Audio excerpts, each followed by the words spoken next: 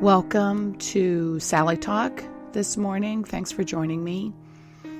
Today I decided to compile a lot of what I've been talking about in the last few episodes into a proactive way that you could help someone who's going through what I went through. If you are new to this podcast, you can go back and see the episode where I talk about my story. I am a survivor of suicide loss. And let me define that. It's become where you talk about survivors of suicide or suicide survivor. And we've added loss, because loss means the person who has lost someone, whereas a suicide survivor is someone who has attempted suicide and is, thank God, still with us. So a suicide loss survivor is someone who has lost someone very close to them, and it has had a dramatic effect on them and on their lives, and they've had to handle the aftermath and move forward and live on with their life without that person who is extremely close to them. So whether it's, in my case, it was my longtime boyfriend, it's husband, wife, children, parents, siblings, mother and father. I mean, it devastates. It's basically like someone brought a cannon in front of your house and blew a hole through it. The damage is dramatic, it's indiscriminate, and it kind of tears into the whole little network that you've created. So I wanted to put together a kind of a proactive way that you, as the person who is the friend and loved one of the suicide loss survivor, how you can help them. Because there are things that you can do that really helped me a lot. And if I can help in any way, help someone else, help someone, then that's basically what this whole podcast was for. So I've put together kind of a list of 5 things that you can do to help someone get through, which probably it wasn't the most tragic thing I've ever had to deal with. So I'm going to get started. So thanks for joining me. So first of all, my first step is that if you're not in the inner circle, then you're on standby, and stay in standby. The inner circle is a group of people who get called immediately, and it's not based on how much the person cares.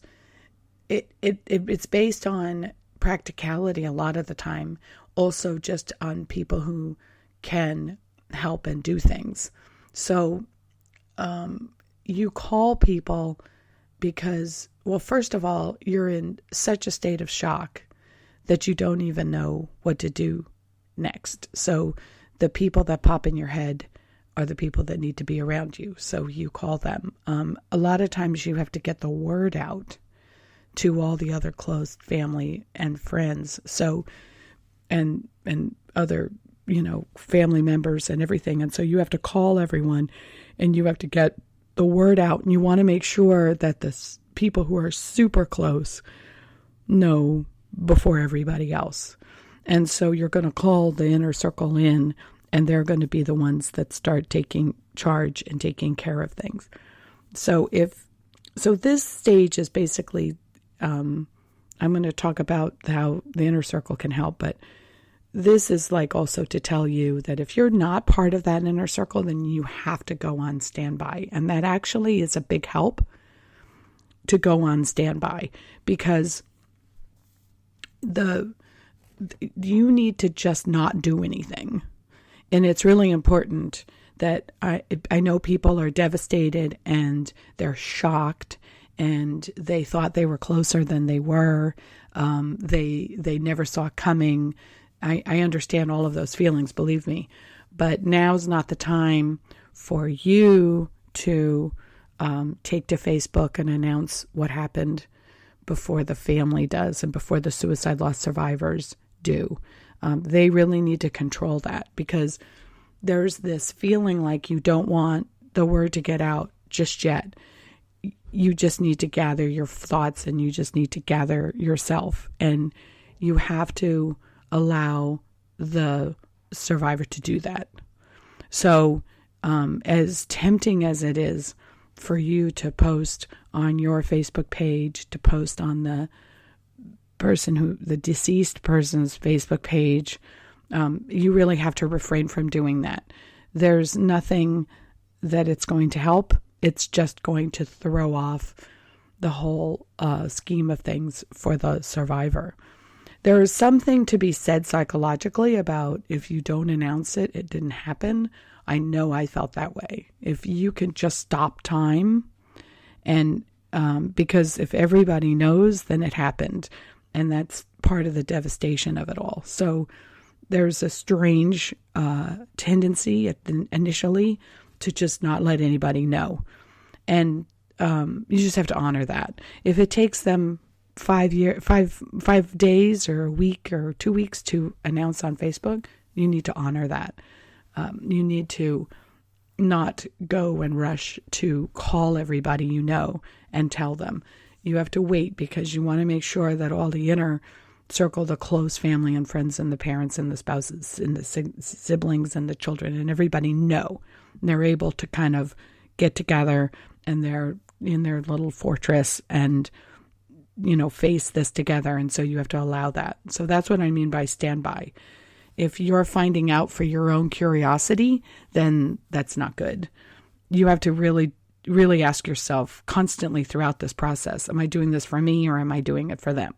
Because this is going to be a selfless act. You are going to be dedicating yourself to someone, and you want to make it selfless. If you need help through it because you loved the person too and you need help with that, then you can reach out into your group. And it's probably a good idea to reach out to people who also were acquaintances or people who didn't know them, and then just can be there to support you. At the memorial service, there were a lot of people that came at John's memorial service, they came for me.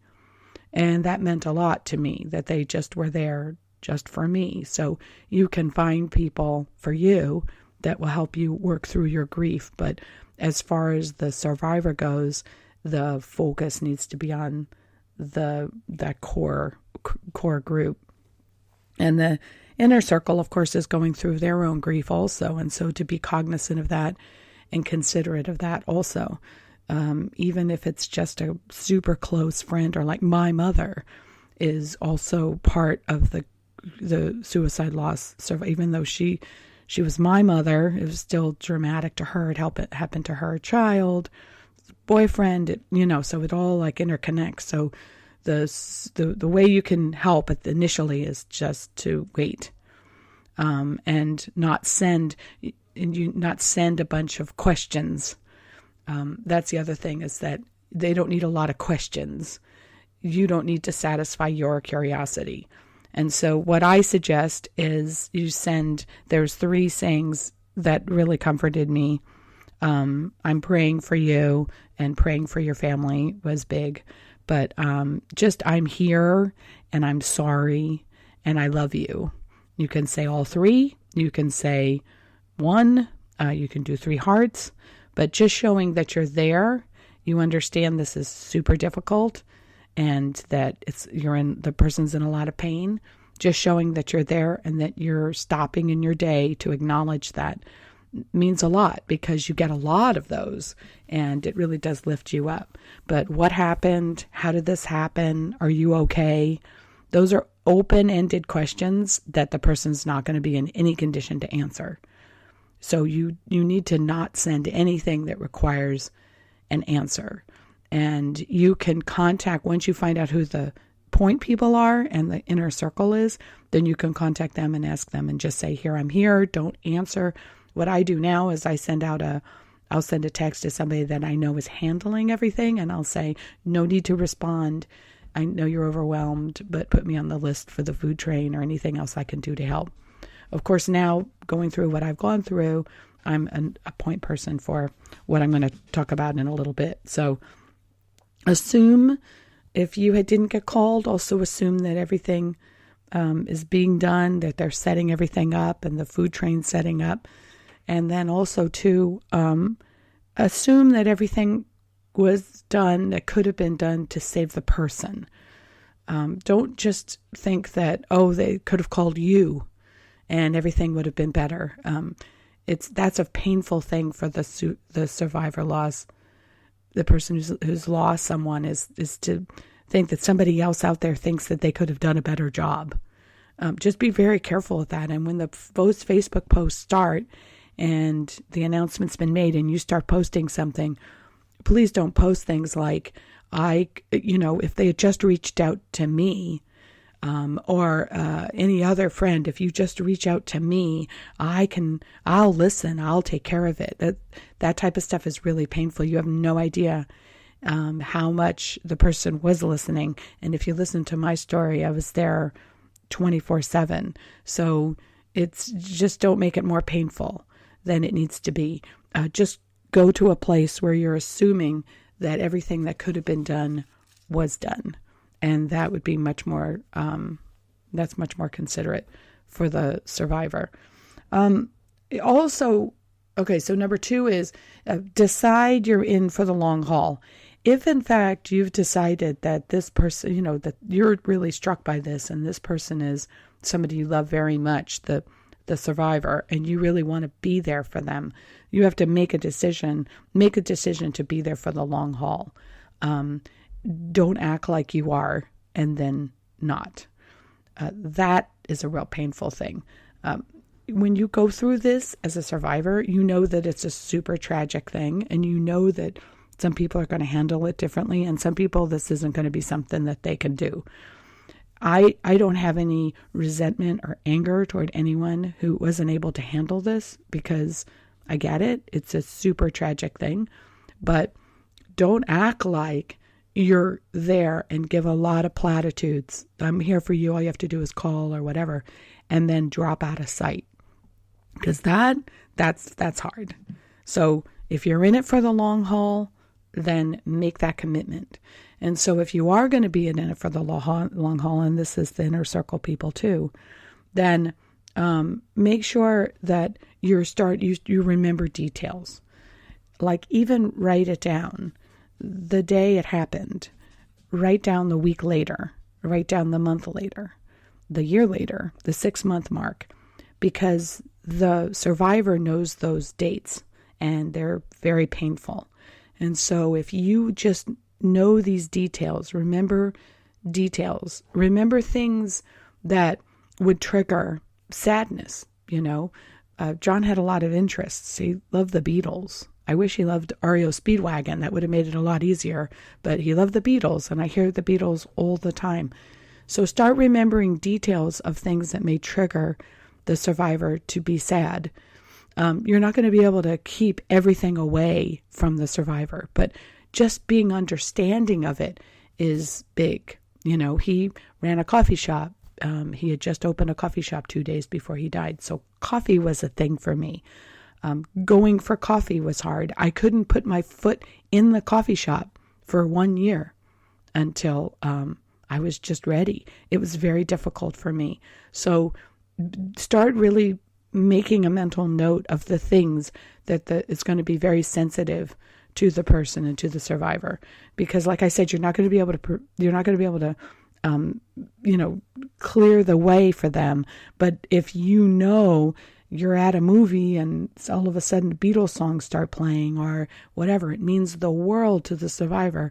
If you squeeze their arm or ask them if they're okay, it's because you know that that's going to, trigger something. So it's really important.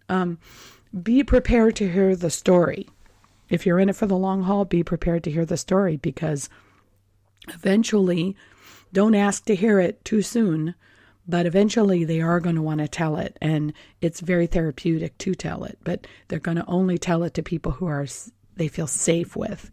And they're going to want to tell it because it's something that they went through. And if they get to the point where they never can talk about it, then that's not good either. So you really need to be prepared to hear the story, be prepared to listen, and be prepared to just say things like, it sounds like you did everything you could.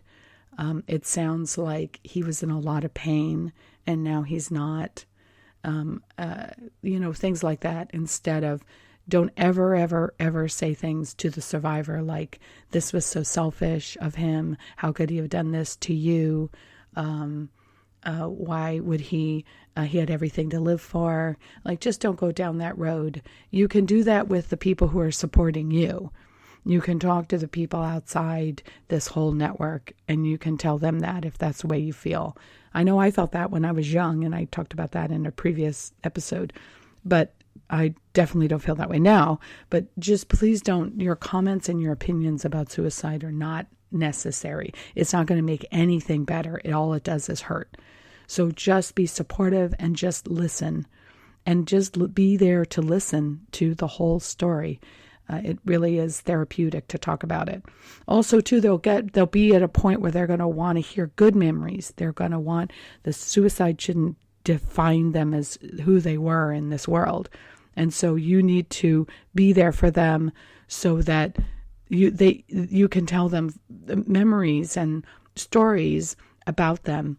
And as time goes on, they're going to want to hear those memories and want to hear that you were driving down the road and you saw somebody on a Norton motorcycle, and it reminded you of how the loved one was such an enthusiast of motorcycles and this and that, and have a conversation about that. They're going to want to have those conversations. So don't be afraid to say his name or her name. Don't be afraid to tell the stories and the memories and what a wonderful person they were and how they meant to you and what they did to change your life. All those things are really important to hear. Or remind the survivor of the stories and the memories that they've shared. So maybe if you're a close friend of the survivor, but you didn't know the loved one as well, you can share the stories that you remember them telling you about them and how much you love them and all of that. So those things are really important to share, and those make it easier to bear, to remember and to paint this picture of remembering this person and not have it just to be defined by what they did at the end is really, really important.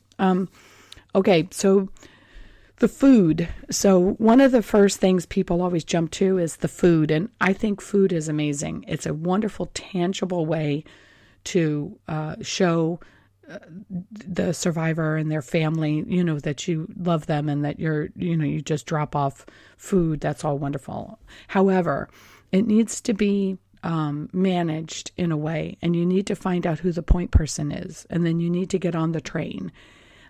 Don't go rogue. We had a few people go rogue, and it was great. I mean, I really understand that it's their way of showing love, and it's their way of showing support, and it's great. But if you're going to do that, you need to try to be healthy. Think of healthy things like edible arrangements. Those fruit arrangements are great because that's something great to grab and to eat and be healthy, instead of a lot of sweets and candies and cookies and things like that. Try and make it into proportion sizes. The whole group isn't all going to eat one big meal. So if you had it in smaller, or they're going to go out and get something, or the kids are going to be taken out to go to somewhere, and then there might be just a couple of people home or whatever. Make it into portions so that it's easy to eat a couple, put the others in the freezer. Make sure you don't need the plates back. Invest in the plastic Glad containers and stuff like that if you can, because getting the containers back is a stress, because you have so many containers and you don't know which one went to whom. And I was really lucky because the majority of people just brought stuff that was stuff I could just not return. And that makes a difference because you get really overwhelmed. Also, too, I think it's really important to take some sort of sign, or even a red dish towel, and have the word out with the food train that if the red dish towel is out on the doorknob, then that means no visitors, that nobody wants to visit. I think that's really, really important. This is even if somebody is ill also. But there are just times, especially when you're a suicide loss survivor, where you just really don't want to talk to anybody. I mean, Daniel Day-Lewis could have come to the door with Irish stew and I wouldn't have talked to him. So you don't want to meet with whoever it is. And you can't never take that personally. And if you see the red towel, then you just put the food down, ring the bell, and go, and feel good about yourself because they're appreciative and they love you for bringing the food, and it's amazing. But they just can't visit. They don't want to clean the house. They don't want to have you in. They may not want to tell the story right then. And so they just bring the food and drop it on the porch. So that the red towel thing is, I think, a really good thing to just incorporate that into the food train rules so that they have that break. But I just think it's really, really important with the food that you make healthy choices, things that are easy to put away into the pantry, just things that are easy to maybe slip into the freezer or easy to prepare or easy to warm up. Makes it a lot easier. But food is huge because the last thing you want to do, especially with me, I had 4 sons. Last thing I wanted to do is make big meals every night. I just couldn't bring myself to do it. Plus the fact John was a big cook, so he loved to cook. So that brought back memories. I mean, you just don't know what memories are going to trigger. So bringing food is huge. The next one is maybe a little bit down the road is to start connecting the survivor with other suicide loss survivors. It's really important. When I was at the memorial service and everyone was coming up and hugging me and everything, there were a handful of people that looked me in the eye and said, I've been through this. I know what you're going through. When you're ready, call me. And that was huge. I systematically went through, I remembered who they were, and I systematically went through and I called them and I met them for coffee.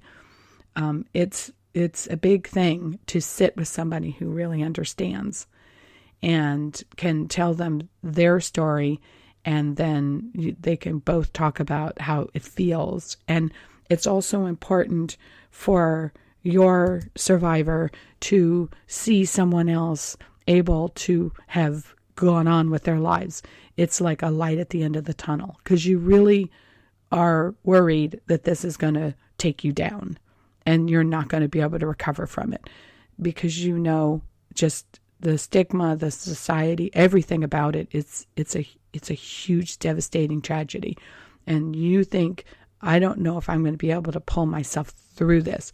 And when you see someone that you didn't even know had this in their past, and you see that they're able to function and move forward in their lives, that's huge because you may not be there. They're gonna tell you they cried for days and weeks, that they this and that, they stayed inside, they isolated. They'll tell you all the things that they went through in their grieving process, but you're getting to see them later on that they're able to function. So it's really important to connect the dots and find people and encourage them to reach out to the people who have been through it because it really, really helps. And that moves, of course, into therapy. I will post on my Facebook page the address, the account, for Dee Dee Hirsch. They really help me here in Los Angeles. They also help people who are contemplating suicide as well. They have a whole mental health facility, but they also, and I learned that there are several levels of therapy that you should go through. Now, if you were the one who found the person, that has its own kind of level of grief and trauma. It's PTSD basically. And so you need to find therapists that specialize in that. And there aren't as many as you would think. So they gave me a list and I was able to contact them. And also it's expensive, but I was able to discuss with them and negotiate a sliding scale and then make it so that it was an amount that I could afford. And the therapist that I worked with was amazing, and she was very generous with the sliding scale, but it really helped me. Along with that, then you're going to need group therapy. I think that, again, being around other suicide loss survivors. Now, the difference with that group is usually put together and they're all recent.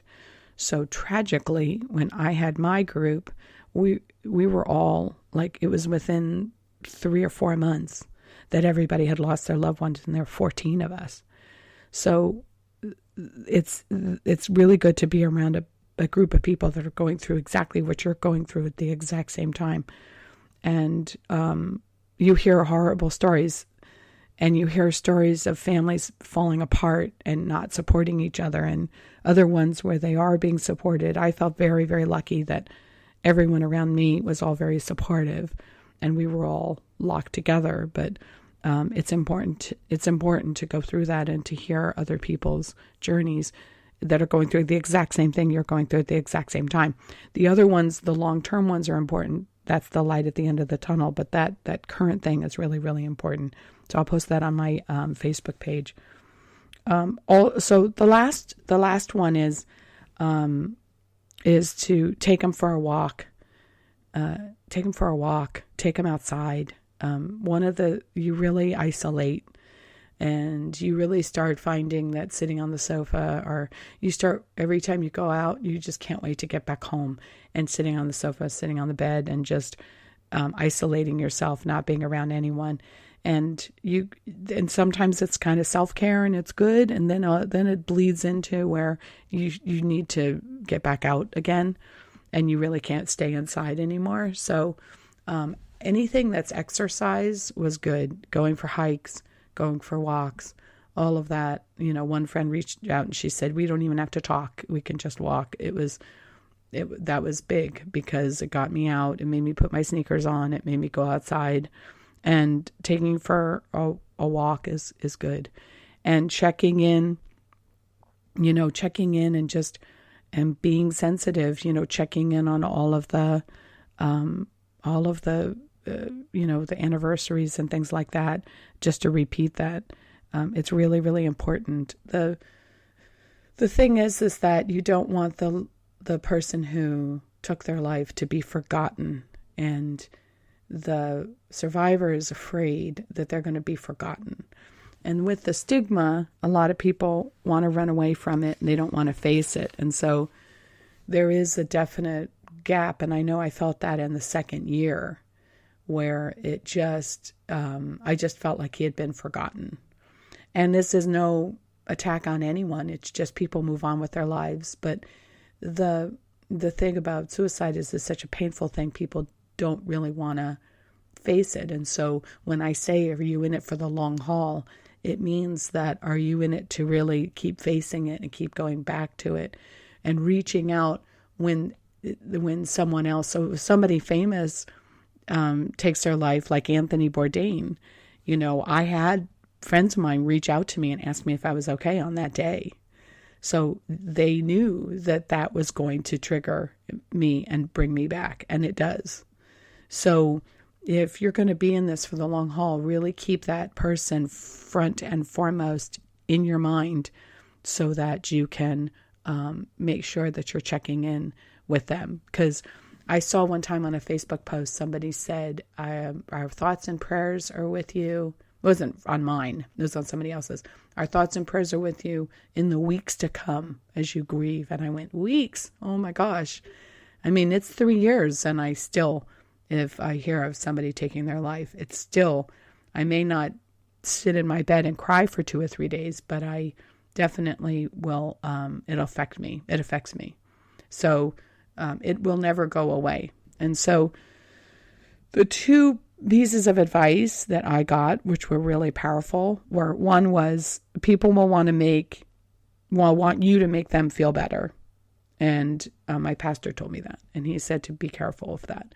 So as the person who's supporting the suicide loss survivor, don't be that person. Just really don't be that person that needs the survivor to tell you that you did everything you could. You need to get there on your own.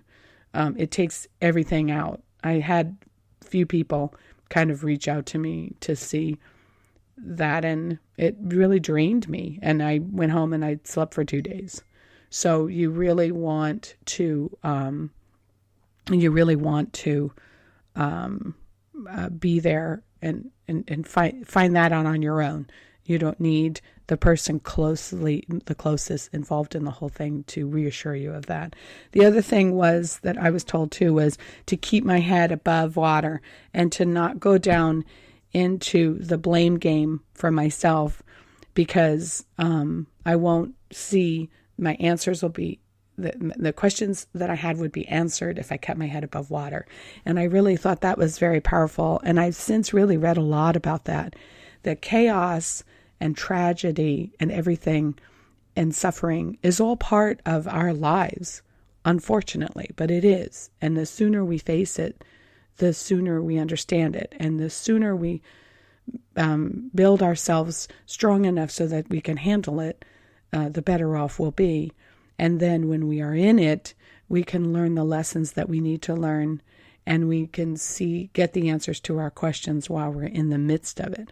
But if you're wallowing in the, why is this happening to me? And why did this bad thing happen to me? And why did they do this to me? And you go down that road, you can't see the beauty around you. You can't see the love around you. You can't see the support and everyone reaching out and helping you. So it's really, really important for you to try and just keep your head above water and to help them keep their head above water so that they can get the answers to their questions, or let go of the questions is important too. So to wrap up, I'm at the mark where I want to be.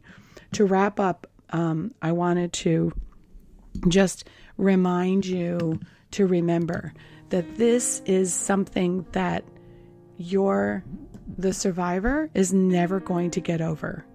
And as soon as you recognize that, and understand it. This isn't like, it's so different than any other kind of grief. If you lose someone tragically and everything, I understand it's devastating. But when someone takes their own life, you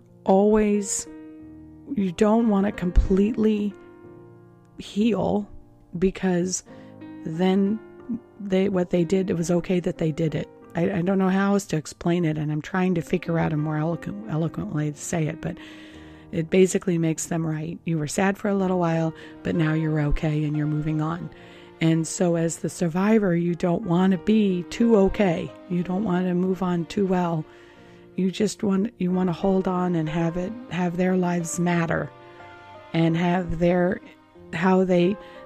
influence on you matter, and you want everyone else to remember them. And that's never, ever, ever going to go away. So if you really want to help someone and support them, you just have to help them remember the person.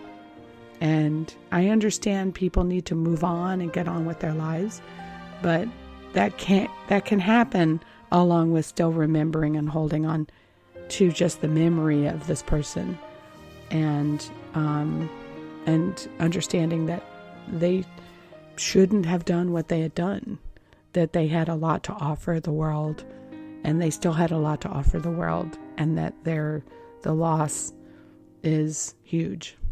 And so just being there for them is huge. I cherish all the angels that came around me, all the people that came in and supported me, all the people that I know are in it for the long haul. And I want to be that person now. I want to be the person that's in it for the long haul. And it's made me into that person. So thanks so much for listening. You're an angel for wanting to help and wanting to support your loved one. And I wish you all the best on a very, very difficult journey. Talk to you soon. You're up in the sky, I'll carry you home, home to the mountaineers.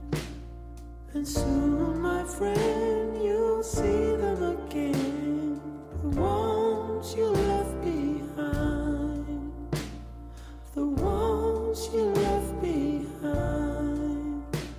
And I'll sing for you all the way home.